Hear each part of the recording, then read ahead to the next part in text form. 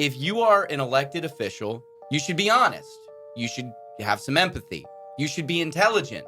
But we don't have a way to test those people within our electoral system. I like having my freedom. I like having my space. And I love my parents to death. Love my dad. Love my mom. My dad, if he needed help, I'd go to go down there and pick up something for him or whatever. Suffering is good. Suffering builds character. And I like the concept of I want space. I want distance. I just want to be able to do more outside.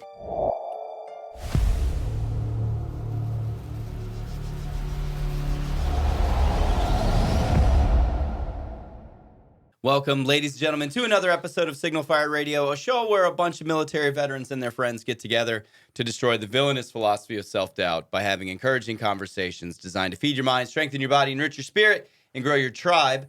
I'm joined by the two chief knuckleheads, co-host number one, Chris Bradley from Cape Fear Investigative Services. Chris, how are you doing today? I'm great. How are you? I'm awesome. It's fall. It is. Bro. It is. We're going to do pumpkin spice energy drinks today. Okay. Sweet. White girl special. White girl special. Why not? We're going to pull out our Uggs and our North Face whatever vests, and we're just going to get deep into the fall season. Listen to some Sarah McLachlan together. Sweet. I dig it. I'm leaving. No. You got to stay. You got to stay. Uncle Ron is back in the studio. Yes. Uncle Ron Holmes, Riker USA. And Life Skills with a Z Academy, North Carolina. Skills with a Z. Mm-hmm. It's because you're a Gen Xer that you went with Skills with a Z. Am I Gen Xer? I don't know. You're 50, right? 51? 52? Yeah, you're okay. Yeah. His new name is Captain Ron. Captain Ron? Yeah. I do. Yeah, he's got some Captain Ron vibes to him, but he's too scary to be Captain Ron. I mean, like when you first see Ron, I remember the first time that I saw Ron. I don't know if I've told this story on the podcast or not, but our mutual friend, former guest of the show, Dave Polaris, shout out to Dave. Hope he's doing very, very well. He was like, dude, you got to meet this guy. His name is Ron. It was when we were trying to get VBC going, and I was just networking like crazy. And he's like, I think he did a group text, and I was like, yeah, what's up? I'll come and meet you. And I pull up to Ron's house, and if you haven't seen Ron's house, you should go see Ron's house. I won't give out your address, but when you drive past it, man, there's like the only thing that's missing off of the front of Ron's house is like ramparts with cannons sticking out of them, just aimed down at the street. So I pull up. His dog came out, Amal, and I'm like immediately like, okay, is this a cool dog? Not a cool dog. And then old Uncle Ron's over there in silkies, probably a tank top or something with tattoos, giving me side eye. And he looked at me like he's like, I confirmed the appointment like on the way over, but he still looked at me like, who the hell is this guy walking up on my property, coming to talk to me? That was the first impression of Ron, my first experience with Ron. And here we are 3-4 years later, 5 episodes in, I think you've done with us now, Ron, and something like that, a host of other things, trained with you, kids get together, all that stuff. You've been a great value add to my life, and I appreciate you for being here again. Thank you. How's everything going with you, dude? Good. Good? Yeah.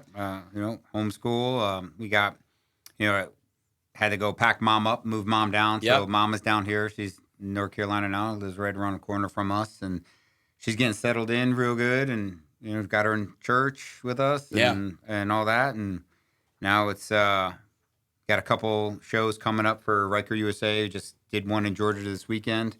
And then really mission prep for building the website for the Life Skills Academy to get that up to hopefully get 9 camps run this summer. Nice. We're going to break them down.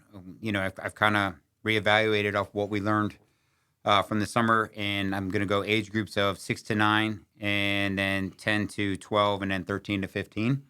I also think I'm going to do, I don't want to do like phase 1, phase 2, phase 3, and it was suggested to me, since we're like kind of Star Wars nerds, I think I'm going to go like Foundling Apprentice Mandalorian or Padawan Apprentice Jedi, But yes. You can't be as scary of a dude as you are and be that much of a Star Wars dork. Hey, man. Hey, Gen X, man, that's all we had. That's right. Dude. That's all you had. That's all we had. This is my childhood. Don't take it from me. But no, man, just like staying busy. And I tell you, it's just every day. We talked a little bit earlier, but the homeschool thing has been awesome. My benefit of my wife having formerly been a teacher, and she does all like the stuff that I'm definitely not good at. It's not my strong stuff. But a couple weeks ago, Rikers on my dresser, on my little chest thing, I have a vial of sand from Iwo Jima. And he's like, Dad, what's this? And I was like, it's like, that's sand from Iwo Jima. He's like, World War II. And I was like, yes. And he goes, why is it black? And I was like, well, it's not sand. It's volcanic ash. Yeah. So it was just like, when you're homeschooling a kid, that's like, that's the benefit, is that we don't have to follow a track. Yeah, you get to see those moments of learning actually occur. So it was like, hey, let's go. Yeah. So now we went down this rabbit hole and everything. And I'm like, oh my gosh, I forgot that about Iwo Jima and World War II. And we're doing all this because we've already done this with Hiroshima and Nagasaki and everything. And that, oh my gosh, like just mind blowing, like the airfield they built for it and all this. So we go in this rabbit hole, we're going down, and I'm sitting there and I'm like, oh my gosh. I'm like, dude, do you want to watch a movie about Iwo Jima that has Marines playing in it and it's got a dude you like in it? Yeah. And he's like, who? I was like, who's Hondo? He's like, John Wayne. I was like, he's like, John Wayne's a Marine? I was like, no, but he plays a Marine. A convincing one, too. So we put on Sands of Iwo Jima. All-time classic. Which I watched as a kid and watched in boot camp. And dude, this is where, like, it's just so amazing. This is where, like, I think a lot of stuff with my son would be lost if he was in a conventional school environment. He's like, Dad, he's like, what's wrong with the movie? And I go, what do you mean? He's like, where's the color? And I was like, there is no color. I was like, it's a black and white film. And he's like, so there's not, it's just like this. And I was like, yeah. And he's like, was everything like that? Yeah. Was the world like, I remember thinking that same thought when I was a kid. And I was just like, oh my God, that was brilliant. Yeah. And I was just like, no, it was technology. Yeah. It's like, I was like, how you're into the cassettes now, but now everything is just like, we just go to the website and we get the music. He's like, yeah. So I've taken him to the record stores and stuff like that so he can get cassettes. Yeah.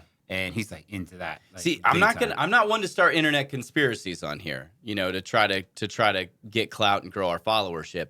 But I'm not saying that the world wasn't in color before color movies. I'm just saying we don't know that the world wasn't in color before color movies. That's all I'm putting out there. Instagram, TikTok, YouTube. Take that for what you want. We transitioned into, I was like, I'm just going to keep going with it. And we watched The Pacific. And I was just like. Yeah.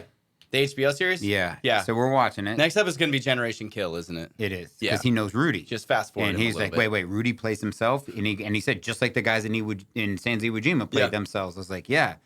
So we're watching this. Idolizes John Basilone. And I mean, who doesn't? As he should. So last week was his birthday. He turned 7. And he got this X-Shot Insanity minigun, belt-fed Nerf gun. Sweet.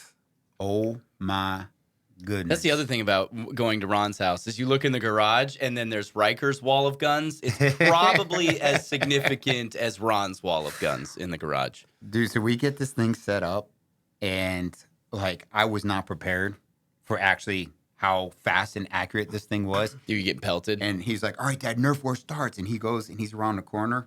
And I come out with this like little pump one, bullshit one. Yeah. And he comes out and he goes, I'm John Basilone. And he just like crushes me. Well, hits me in the eye. Yeah. With a dart. Oh, yeah, you got a little spot right there. Oh, no, eyeball. Yeah. Shut me down. Yeah. Like, went to the doctor. Like, to make sure my retina wasn't like, dude, my eyeball swelled up. I got glaucoma. So she tells me, she goes, you guys are going to do that. She goes, you might want to think about wearing some eye protection. Yeah, and I'm like, yes, thank you. Yeah. Thank Have you ever been on the range with you ever? Yeah, you and know? I'm just like, I was like, you know what? I deserve that one. Yeah. I deserve that. I'll take that. I'll take that L. Yeah, dude. So As the kids he's say. just like, he's like so into it, and it's just, I don't know, it's great. And it's not that I'm not, I don't want him to join the military. I want him to do what he is, but he's got an interest in it, so I'm feeding it, you know.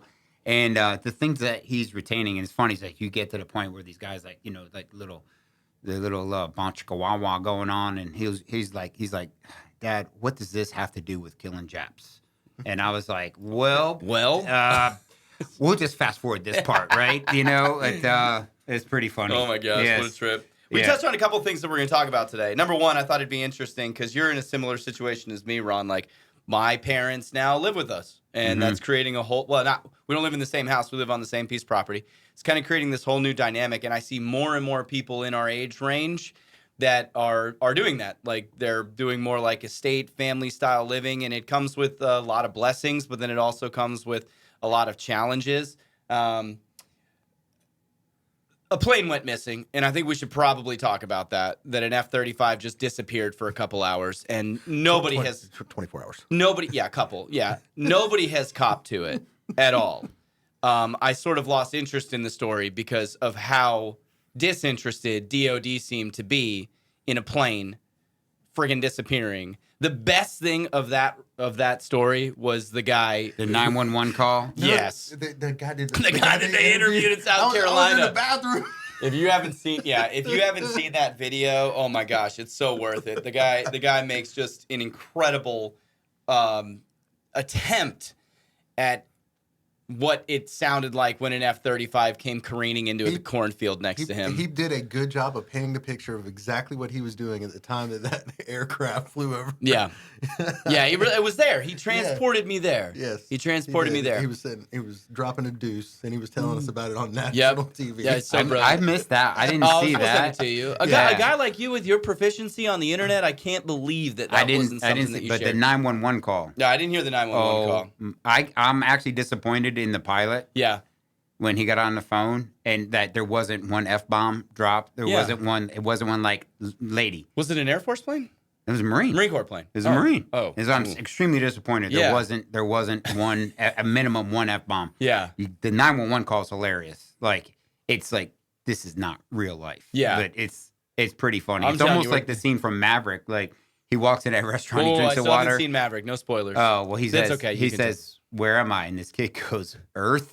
Like, I mean, it's right along those lines. Dude, right? I was thinking about that. I still haven't seen. How have you not seen Maverick? Because I didn't. You should just do push-ups for the rest of the show. 8-count bodybuilders, I'm Master Sergeant. I get it. I'll haze myself. No, I wanted to go see it like in the IMAX, and I was so busy when it came out. We never made time, and now we live in a camper, and my TV screen is literally smaller than this laptop, and I'm like, I can't do that to Tom Cruise. I can't do that to Scientology. I got to see this on the big screen. So I'm waiting until something comes back around. They do a re-release or something. I haven't seen Oppenheimer yet either, which pisses me off, and I think the boat sailed on that too on the big screen. But whatever. They have Maverick on Amazon Prime. It's been on there. No, I know it's there. It I just don't want to watch it on the tiny TV because I want that immersive experience. I want to feel like I'm right there with Maverick all over again. Although, how did Val Kilmer look in the film? Because I saw some Google images of him. He looked good. He looked better? I watched that. Kelly McGinnis did not look good, though. She wasn't in it? Well, she does not look good. She's not in the movie? No. Okay, but okay, maybe it was part of the press thing or something. But no, I watched that documentary of Val Kilmer. Yeah. And he's got the throat cancer. Got the tracheotomy. And it was pretty interesting, but I think they did his character. They tied it in very, very nice. Classy. It was. I love Val. There's nothing better than Tombstone and Doc Holliday. Just, I don't know that you can get any better at a craft than what that man did with Doc Holliday in that movie. Second best Batman. Who's first best Batman? Michael Keaton. You think? Absolutely. When's the new Beetle? There's new Beetlejuice coming out. Oh, no, you don't agree? No. Who's the best Batman, Ron? No. Who's the best Batman? I'm just gonna back up. You're gonna say Robert Pattinson, aren't you? You're about to say. No, are you kidding me? That story is garbage. That storyline is garbage. I'm so tired of them like woking the make your own new character. I didn't watch it. It was garbage. Yeah. Ben Affleck. Really? Yeah. Ben Affleck and Christian Bale. Okay. And I like the Ben Affleck one because he's older. Yeah. And it's and it's just a lot more I think it goes more into. I like the storyline of his quest was the Justice League. Mm-hmm. I was trying to find the other metahumans, right? I don't know. I was when I heard like Ben Affleck. Oh my God, this is gonna. And I'm watching. I'm like, I want more Ben Affleck. He did good. I mean, I think it's like one of the best things he did. I just liked his character. I liked his. I think he. I don't know. I liked it. I'll watch it again. I like Christian Bale. The Christian Bale movies were the best. Yeah. The series start to finish was the best of any of them. But Michael Keaton was good. Now How come you guys aren't George Clooney was awesome, dude. Come on, George Clooney was the best Batman. Had Michael Keaton, and then you had the Joker. And no better Joker than Jack Nicholson. Heath Ledger. Dude. Nah, man. I mean, because he was a gangster. Like that was he portrayed the gangster of the Joker. Yeah. And that's what he was. Like if you go back and read the comics, that's what the Joker was before he But fell it doesn't in the pool. have to be true to the comics. I know That's that. what makes it art and interpretation. I know and, that, but it's also Jack Nicholson. Yeah. Okay. Let's be Sure. honest. We grant him GOAT status. Right. We grant him GOAT status in almost anything that he does. But and I will say they were on equal par. Heath Ledger did an amazing job. I'm not knocking that. I mean, Yeah. I loved his character as a Joker. But going back to the comics, going back to traditional. Mm-hmm. Do you think that you're a traditionalist in the true sense of the word? Like, if things that get remade, do you find that they're not as good as the originals? Not in your always, opinion? not always. Well, I mean, just flip it over to music. Yeah.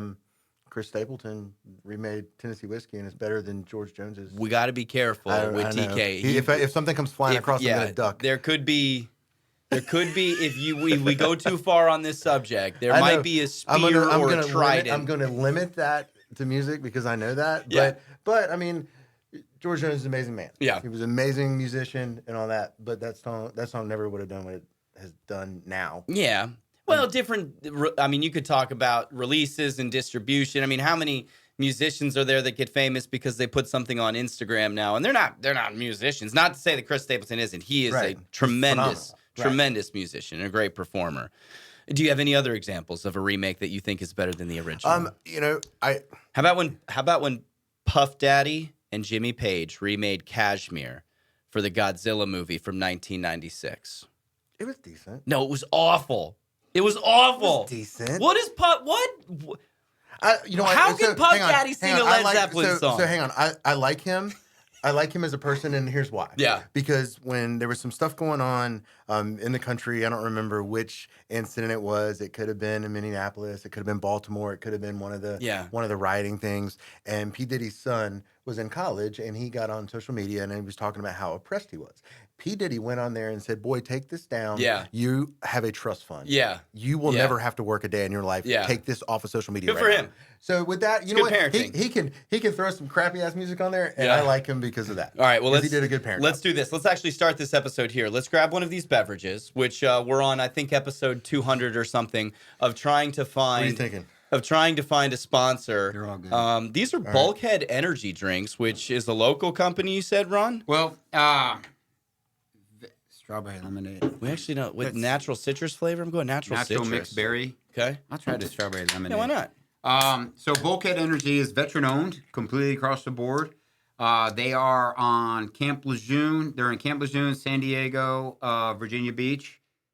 Liberty Call. This is good. Liberty Call. This is actually good. Drinking Shellback, and I got Sierra Lima right here.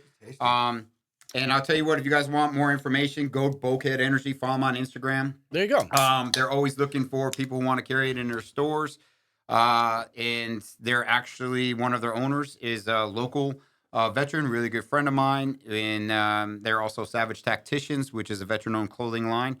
So when they first came out with these, he gave me some. I took them to SHOT Show.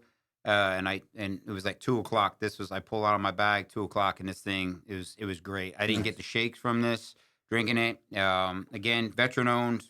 Everything's done here in the States. It's pseudo clean. And no sugar. There's no sugar, and there's like 300 milligrams of. I need to. caffeine. So I'll try to get in touch with Kevin then, because I want to ask about the words that I can't pronounce on energy drinks, because I never know what they are. But that's really good. I think this might be our first legitimate shot at a sponsor from an energy drink, because we actually know the person. I can dig it. Who makes it. All right, let's start with I wish Brandon was here. Brandon's in court, for those of you that are wondering why Brandon's not here. The counselor has been caught up counseling Tupac's murder. It's finally been solved. 27 years. 27 years. So, Not buying it. No?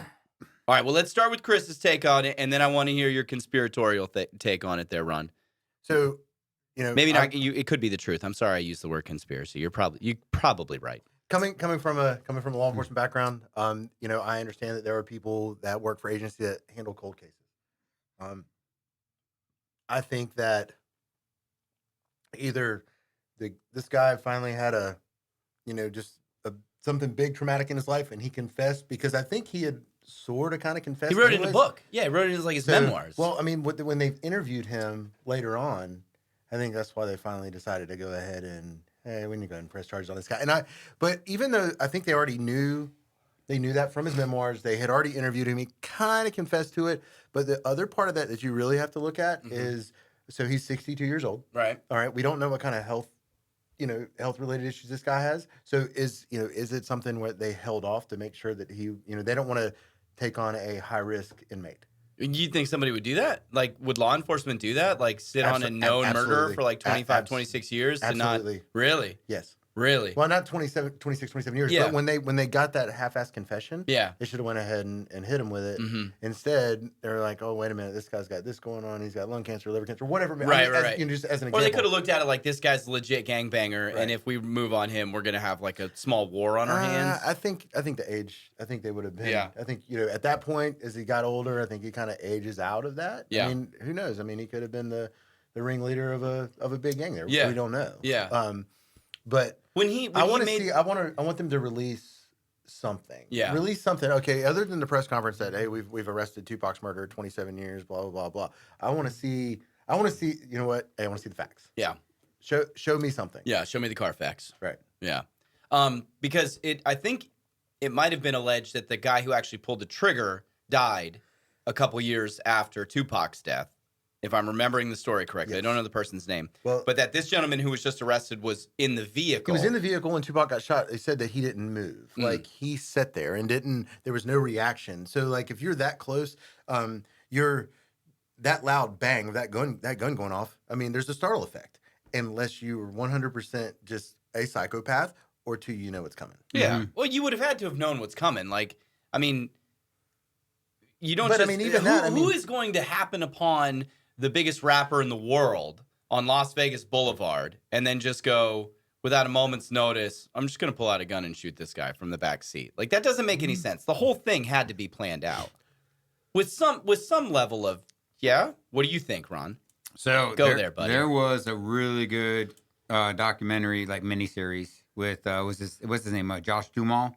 Oh, Duhamel. I think the guy used to be married to Fergie. Yeah. Yeah. I didn't Isn't that the guy who was married to Fergie? I had no idea if he was married to Fergie. I don't know why I didn't know that. He was married to him. You talking about the real handsome dude that was in the Transformers movies? Yeah. So he did the show where he plays the detective. Okay. Right. Who took on the cold case, and he had guys from Los Angeles Sheriffs and LAPD and this whole thing, and they were tracking it down, and it taps into the Biggie and everything like that. And and then he goes back, because it's a cold case, so he goes back, and it was the original detective who pretty much got like, this is, and it's taking factual stuff that happened. This one detective who was the original one working the case was forced out of it, because what they were finding was all of the directions were pointing back to it was done from within LAPD. No. Yeah. Why? Yes, because I don't know, but there was something. And watch that show. Okay. And you'll see, like, I want to hear from the detectives. I want to hear from the one who started the cold case the first time, and then I want to hear from the detective if he's still alive, honest, and what he thinks. Because I'm not buying it. Because when there was just too many factual things that what were do they stand to up. gain from that, though? I have no idea, but it had something to do. It was money, and it was all this. But here's the other one. Suge was driving the car. Uh-huh. He got shot a bunch, No, he did not. He didn't catch a single round? He didn't get hit. Huh. He didn't get hit. I thought this whole time that he did. No. I'm not buying it. It was if Tupac is really dead. Oh. Okay? If he's really dead. Okay. All right? It was staged. It was an assassination. It was a hit, whatever. There's no way that many rounds are fired and Suge didn't catch anything from the position. Yes. Because Suge was in the driver's seat. Tupac was in the front passenger seat. Yep. And in what direction did the fire come from? Was it like... It was back to front. 12 o'clock? It was from back. It was, yeah. Okay. So, I mean, if you look at some of the stuff, the bullets were going through the door. They were straight.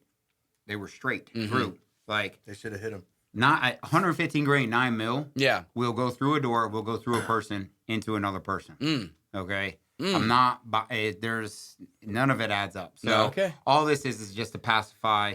And then honestly, I'm not like, it's not conspiracy. This is just like, hey, you know what? Wait, it was a month ago. Tupac just passed the Beatles as the most sold albums of all time ever. Really? Yes. That's crazy. Yes. He was like 22, 23 years old. He only put out like 2-3 full-length albums. Yeah. Everything else has just been like he has surpassed a release of like recorded... a month or two ago. Wow. So I could be off on that. Bring it back into I could have read a bunch of crap, but maybe. I don't know, man. Well, I think we can all agree what we see on the internet is usually right 100% of the time. 100%. But I don't know, man. I just like... It's all too convenient for you? Yep. Yeah. Yep. They finally get this dude. And like, I like what you said about his age. So what's his mental health like? What's his mental decline? Is he terminally ill? Or are they going to do this because they know that this dude is getting ready to check out? Like, you know, what's the statute of limitations on the deal that he previously had? Like, I'm not buying it. Okay. I'm not. So what would you guys need to see from here? Like, Chris, you said you want to see the facts. Like, what kind of facts would be illuminating to you as a professional investigator, but also just a human being? If they brought him in and interrogated him, if they're going to get a confession from him, they're going to get a confession after Miranda. All right. Las Vegas PD is going to audio and video record that confession because they are going to present that in court. Show us. Yeah. Show us that confession. Show us that clip. Show us the clip where he says, yes, I killed Tupac. Yeah. Show it. I mean, that would be, you know what? If he's going to get up there, even if I don't care if he's the fall guy, he's just taking the fall for someone else because maybe they were going down a different, Las Vegas PD was going down a rabbit hole and going in a different direction. This guy's like, wait a minute. They paid him off. Hey, look, we're going to slip, you're going to sit in jail. Your health is declining. You're going to sit in jail the rest of your life, but we're going to take care of your family. So this amount of money was slid under the table for this guy to take that confession and run with it. I mean, I want to see the confession. Yeah. Show it. Okay. They would release that. You have to do it in court, right? If yeah. I mean... Well, I mean, this court case is going to have a bunch of media attention around it, don't you think? I mean... I'm also going to say... Tupac is still a household name. Distraction. Wow. Here's what they're going to do. All right, so they have a confession. They've arrested him. All right? He's not going to go into court and plead guilty. There's not going to be a trial. He's going to go in there and just plead guilty. Yeah. So there's not going... And they could... the attorney can request a closed courtroom so the media is not in there anyways. Yeah. So it's not going to matter. And he'll get sentenced and then... It'll all go away. And he'll go to jail and he'll get tucked murdered. away. Yeah. I don't know. Now I'm starting to think totally differently about it. You guys might have moved me off of this a little bit. I was like, well, maybe it's a little too convenient with everything that's also going on too. Okay. I just see it as a distraction. Okay. I don't trust anything like I don't trust anything either.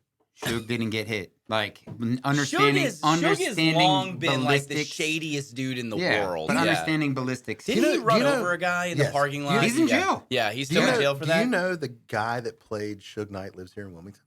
That's funny. Yeah.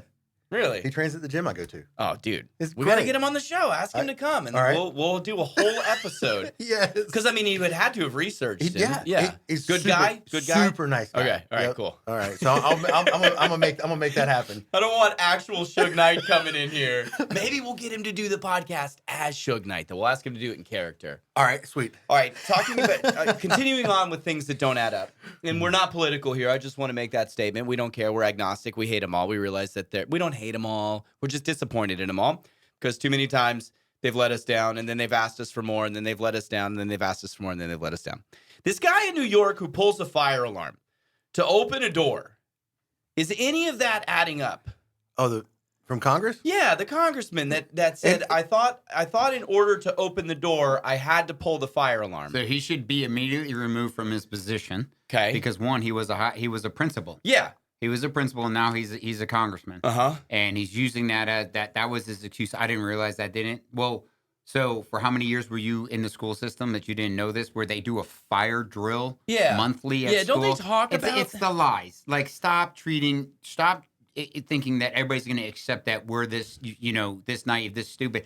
It's an insult. Like, it's an insult. It's so insulting. It's horrible. And the thing is if you are that stupid, resign. Yeah. Because you want to talk about, let's start getting some mental health assessments in there like they do with law enforcement, like they do with military. If you are that much of an idiot where you can't read and understand a sign that was on the door, understand what a fire alarm is, you have no position, you have no business being in the position to vote on anything that has anything to do with the American people. It does bring up such a great point that the assessment for elected officials, the bar is incredibly low. You know, like there's none. Right. Well, like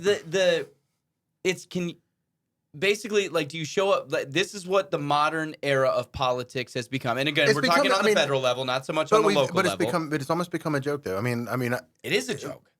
Fetterman. Yeah, they were going to change the dress code for him. They did. They did, but they've reverted it back already. Oh, man. Yeah.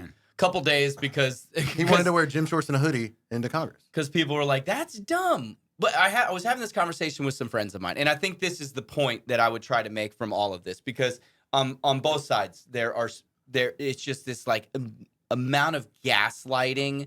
That's one side of it. The other side of it is this constant reduction and lowering the bar as it comes to our standards, societal standards. Like, if you are an elected official, you should go to work in a suit and tie every day. Like, just that should just be a standard that we all agree to.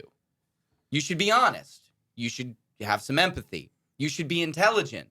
But we don't have a way to test those people within our electoral system. It's like, do they show well? Who has the biggest war chest? Yeah, do they talk well? How well funded are they? And those are the people that get elected. And then we see stuff like this where the guy said he thought he was opening an emergency door. That's what he says. That's what everybody on his side says. Everybody on the other side. There isn't. I could be wrong, but there isn't a fire alarm out there that when you pull it, it opens. No, the door. It would say like emergency exit, right? You'd push the button and it would open the door. Let's just talk like mechanics. Yeah. So that means I pull this lever, and then it triggers an alarm. But then there's a device in here that is connected to the door. It's like the bookcase that opens the secret room, right? Yeah, it's like there's the latch.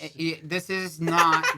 This is not where did Batman live? Gotham Palace, yeah. Like whatever. Wayne Manor. Wayne Manor. Yeah. This is not Wayne Manor. Yeah. But the thing I was going to ask you, isn't it like?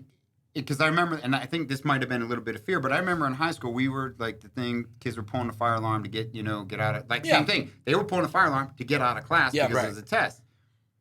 And then it came down. They're like, if you are caught pulling the fire alarm, like it's a felony. It is a $5,000 fine. Yeah. And then it comes with like a felony charge. Well, in a government building, I believe that it is a felony. Yeah, well, I mean, it's federal property, so it would fall under the federal guidelines. So yes, there is probably a federal statute for pulling that fire alarm. And then a fine, a financial fine fee that comes with that, correct. like a speeding ticket. Yeah. Do you think anything will become of it? Do you think the guy will be held accountable at all? Probably not. Yeah. No, because probably not. AOC's already taken his back. Yeah. Well, it was because, and it again, I mean, why do they put stuff? Why do they do stories? Why do the media do stories? They do stuff that is they don't exciting. have anything else. They have nothing. They have nothing better to do. They want to put something out there that's enticing, and they have this Democrat from New York pulls the fire alarm, thinking he's going to open the door minutes before they vote on the budget, without going into another budgeting. We still don't know who's on Epstein's list, right? Right. Hey, we got to put our tinfoil hats on whenever Ron comes, man. Like, we're going to go there into all those places when Uncle Ronnie comes on the podcast. If anything, it shows very bad judgment. Like, that's the nicest way to say it.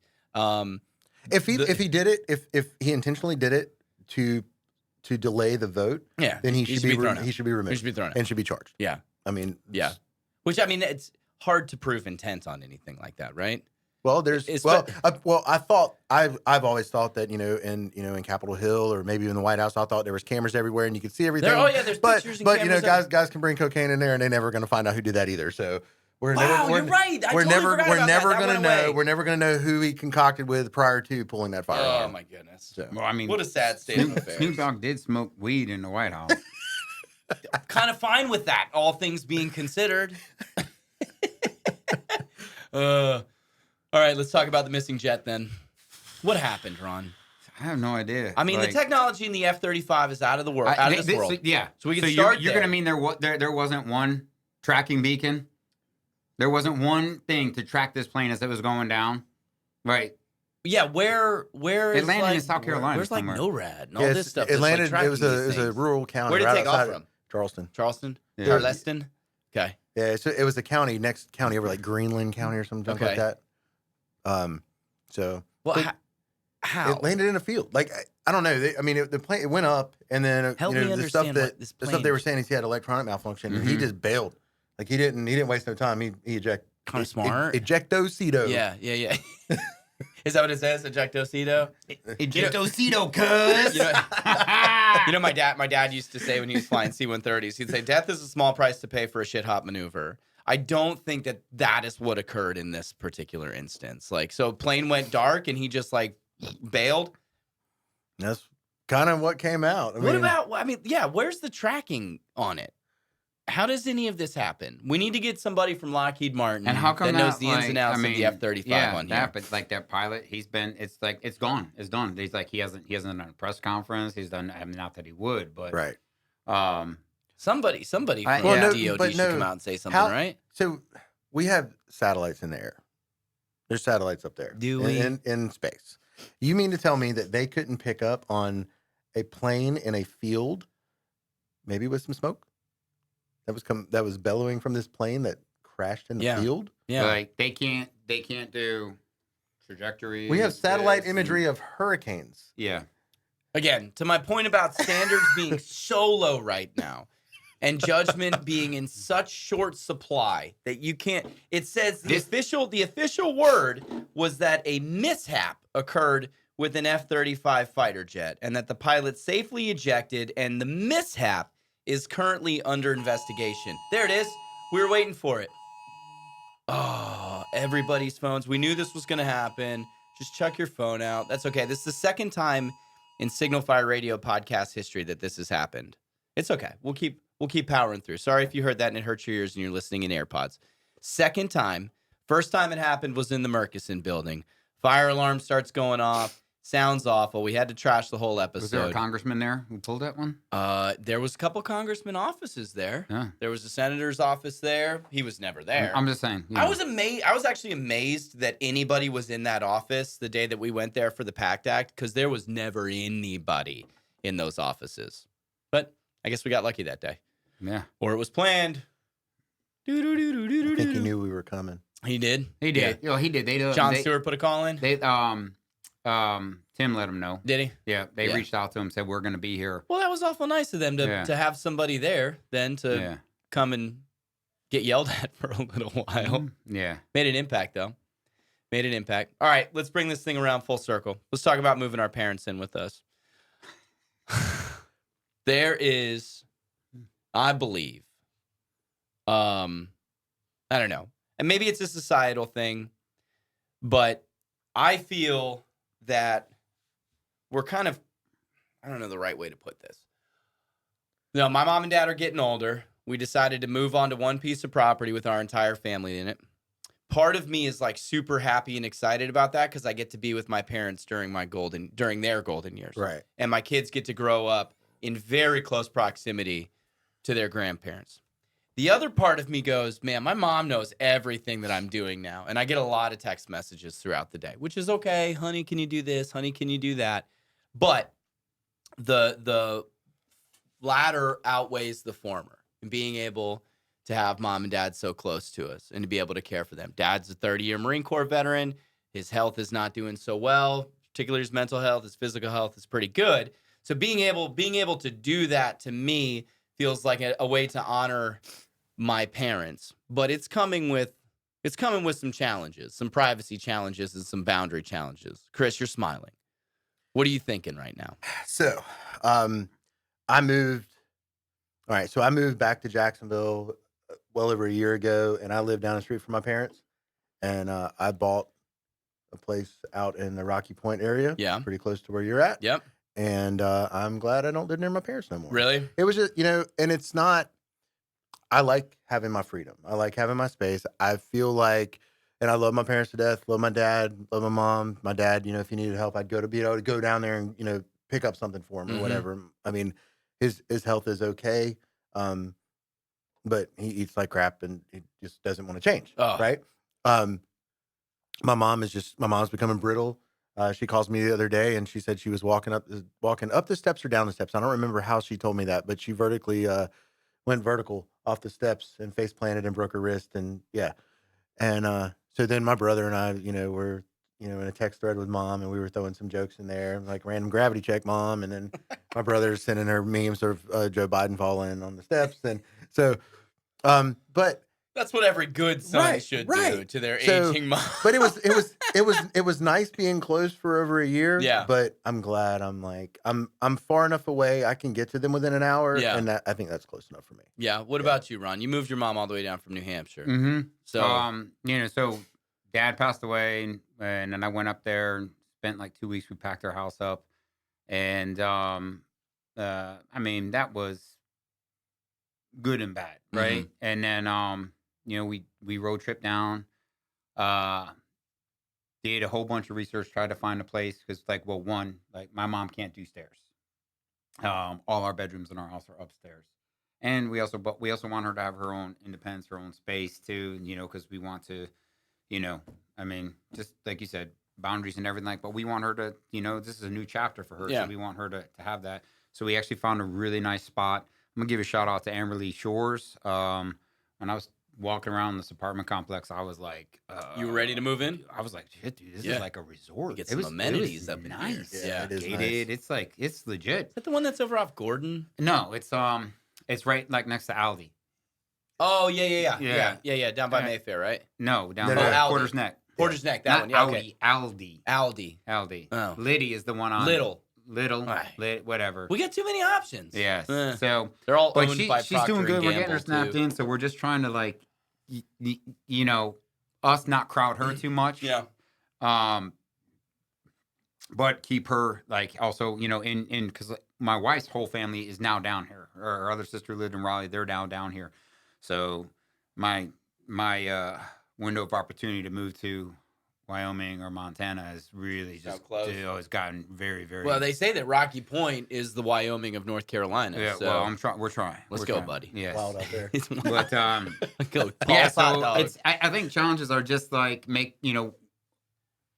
me now it's more like, well, she's over there, but I'm like, oh man, is she safe? Mhm. It's like I worry about this, and things like that. So there's other things in it. And it's like her health, and and it's just so I guess I'm worrying about her now as how her and my dad had to worry about me. That's when I was like, Yeah. That's when I see when that. I was like a knucklehead. That's the part for me that's become so interesting, and I couldn't. You can't prepare for it, but there comes a moment where all of a sudden, I'm the parent, and they're more like the child. I'm not changing my parents' diapers, dude. No, I have a wife. I have a wife who's medical to do those She things. can do it. Yeah. But like you talked about, your dad eats like trash. So my dad is like, he had a small stroke and then he dealt with some vascular dementia. His short-term recall is not quite there. He had his Vietnam buddies in a couple weekends ago, and he remembered stuff from the 60s and 70s like it happened yesterday. So his long-term memory is great, but his short-term is terrible. In his nightstand next to his bed, he has Snickers, he has Almond Joys, he has peanut M&Ms. He eats candy, and this man never had candy in his entire life, at a rate that outpaces my 8-year-old if I just let her do whatever it is that she wanted. It's unbelievable. Yeah. And I wasn't quite prepared as somebody who's in their late 30s, early 40s for that to happen so quick. Was like all of a sudden now I'm worried about their choices. I'm worried about mom out driving around. I'm worried about what dad's doing when I'm out to work and he's there by himself. Yeah. How can you prepare for that? I pray. I don't know, man. It's because I'm figuring it out. She's figuring it out. My wife's figuring it out. The cool thing is that my son now gets to see his grandmother almost every day. Huge pro. And that's awesome. And then it's good for her too. Yeah. But preparing for that, it's so me, because you know how I am with my preparedness stuff, and I'm just like, I worry about my mom getting gas. Right. I worry about her being a soft target. She's 76, sweet little old lady. She's a little car and like all this, and I look at those are things that concern me, because I'm like I'm not going to be there. Now my dad my mom is super. She's vigilant. She's situationally aware, and all this stuff. And she's very, very familiar as many times as they've been down to Wilmington. So she's really, geographically, she's secure with it. But it's still big. It's still big concerns that I have, we have our plans on where we want to go with like homesteading and stuff like that. And kind of like what you guys are doing. But I, as you know, I understand where you're at too with like the boundaries and space and everything like that, but being close. But I know the long-term plans of what, you know, you guys are gonna have a little bit of distance, but the value in that I see is doing estates with families.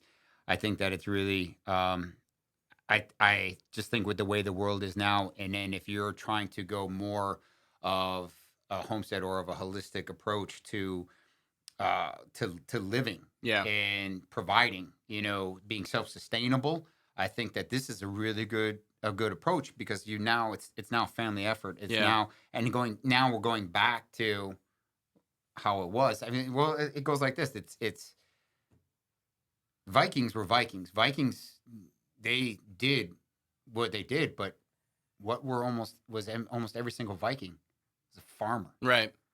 Right. And they provided and they were self-sustaining and they went on these raids to supplement their lifestyle, to supplement their income. Right. You know, and to expand their, you know, their bloodline. Right. So it's I don't know. I think that like where my mindset is where we're going is like, we're not going to be in this house, you know, forever. I want to stretch my legs, you know.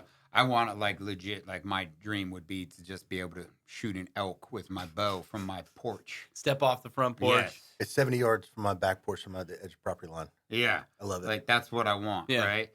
But the other thing too is I want to be able to bring mom out there and her dog and everything like this and then have, you know, so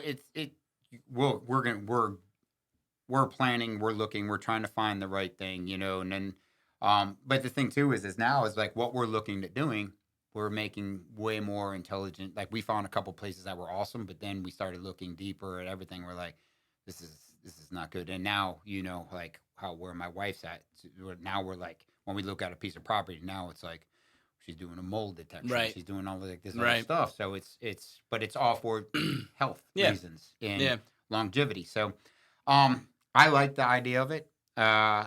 You know, it's not without challenges anywhere you go. Look at the opposite. My mom and dad lived 18-hour drive away. Yeah. 2 days to get there, right? Closest. Yeah, how can you help if here's the they thing. need it? Something happens, right? I have to fly. Right. So I have to fly. The closest airports are Bradley in Hartford, Connecticut, Logan in Massachusetts and Boston, and Manchester in New Hampshire. All of those require me renting a car and driving 3 to 4 hours still to get to their house. Right. My sister is 4 or 5 hour drive from there, right? And I could be off on that for an hour, but still, there's nothing quick. Yeah. Right. There's nothing quick. So what you know, where is it? Like, you know, where's your balance? I think I'd rather have her here and have us like trying to figure out our boundaries and all that, you know, now that she's alone, than have her on the mountain, you know, and having to deal with that winter and, you know, and hopefully a neighbor comes and plows a driveway for her so she can get out. So how long did they live in the house? Your mom lived in the house? Almost 28 years. So, and this is the challenge for me. Like, I mean, now my parents are set where they're at. They're never, my mom, well, let me back up. If something happens to my dad, my mom would probably move closer this way. Mm-hmm. My dad has lived in the house that he's in since he was 4 years old. Wow. That was my grandparents' house. And that doesn't happen anymore. My grandparents bought the house down the street, and then my grandfather passed away a few years ago. And just kind of the way circumstances worked out, when I moved to Jacksonville, my parents had to put my grandmother in a nursing home for dementia. Her dementia is real bad, so she has to have 24-hour care. So I lived in my grandmother's house for a year down the street from my parents. But that house, my dad's 72 years old. He's been in that house for 68 years. The same house. He'll die in that house. Yeah. Here's the thing. I mean, that's kind of like, that's kind of cool. Yeah. That doesn't happen anymore. My wife and I are on our 5th house in 10 years of being married. Yeah. You know, it's like my parents and my dad, you know, military, so you can't really use him as a barometer for that. But like they had over 20 houses throughout their career. But the thing that's interesting to me about this conversation, use this to kind of bring our episode to a close, is like the I've been seeing, I don't know, my algorithm on all my social media has been like feeding me ads from like the 50s and 60s about like the electric can opener and the oven and all these things that are designed to make your life so much easier. And we've seen our society progress about things getting easier and easier and easier and easier. Now we have AI. It'll write emails for you. It'll do all your work for you. And I think we're at a crossroads now where we've gotten so prosperous in the US, and we have leveraged all these things to make our lives easier. And as a consequence of that, like, families spread out. There's no real like family community sense anymore in a lot of ways. I've got family in Georgia. I've got family in California. I've got family in Iowa. Like, we're all over the freaking place. And I'm really enjoying like putting my hands in the dirt and doing hard things again. This is not a hard job. Media is not a hard job.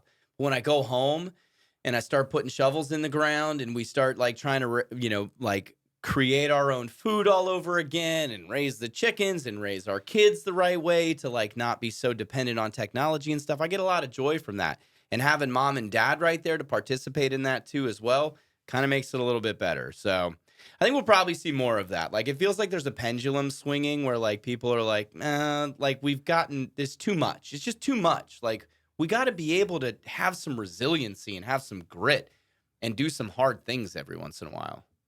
Suffering is good. Yeah. Suffering builds character. And I don't know. I like the concept of, I want space. I want distance. And I don't care if it's in Leland, Rocky Point, Doesn't matter. Atkinson, Wyoming. Like, I just want to be able to do more outside. Yeah. I know that, like, we have a creek, we have the woods behind our house, and it's not major, but we can go back there and, we track animals and all that. But I know that when we go out to like when we're in New Hampshire, we're up there in the woods and out at Osprey and Soronex down in Lexington, when we're out there on these farms and these large properties, my son converts into what a little boy should be doing. Yeah. Like, he goes straight Lord of the Flies. Yeah. Like, shirts off, right? Walking around like in the woods. Yeah. Like, hey, around our house, like, there's frogs, snake. We're out. We go out to the farms, and he's just like completely like transforms into what his primal self should be. Yeah. And that is, as a parent, I need to, my wife and I, we need to get to a point where we can provide that for him. Yeah. And I think that if we can do it as a family, and you get back to like foundational, how our country started, and people, everybody did everything as a family because there's the strength in the numbers. Right. And then you have your community, and, and that's when you look at like some of like the old movies and stuff, and it's like, these people own this whole street, like you still have some of that in Wilmington. Yeah. Like these families own like these whole strips and everything like that. Even like Jacksonville, old Jacksonville money is like is like that too. It's like it was like 3 key families that pretty much own Jacksonville. They ran Jacksonville. The Bradley family. Yeah, the Bradley family. So, sure. I mean, if you look at it from like a marketing and from a business perspective, but that's not where like what I want. Like, I don't know. There's challenges and everything like that, but looking at from what like we've gone through on how difficult it was, for us to get there. Yeah. I'm glad that we have her here. Honestly, and my wife gets on me and she's like, stop beating yourself up over it. But I'm just like, why didn't we try this like before my dad passed away? Why didn't we try moving him down here? But then, so it's just, I can't do that. I can't play that game, but it's hard not to. Yeah. Right. But going back to the summer camp is my dad's my inspiration. Yeah. And that is how we keep my dad and what he taught me as a kid, what I'm teaching my son. That's how we keep that process alive. And now that mom is here, mom will be making big goodies for camp next year. Way to sneak that last little plug in there as we were bringing this episode to a close. Bro. Yeah. Come on. I'll never forget this. This will be the last note on this episode. Ron once said, I have no problem with self-promotion. He did that at a VBC meeting or something like that. Oh, no. You said, I love me some me. And I was like, yeah, Ron, I vibe with that. I vibe with that. Terrell Owens. Yeah, Terrell T.O. Owens, man. I love me some me. That's my Get your popcorn ready. That's my quarterback. Mm-hmm. All right. That's Ron Holmes, Riker USA. Find him on Instagram. He's a fun follow. This is Chris Bradley, Cape Fear Investigative Services. Where can people find you? Website, capefearinvestigator.com.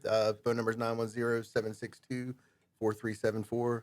And if you want to see me in person, you can call or show up at the Port City Attorney's office, and I have an office in his office. I can't wait for the day that I have to call you to investigate something. I don't know what it's going to be, but I'm saving it. Hey, maybe for something good. We should do a GoFundMe and have him really investigate like Tupac. Thinking about it, right? Show up with cameras. We'll do a documentary on it. The real story behind Tupac's murder. I can hear the voiceover right now in my head.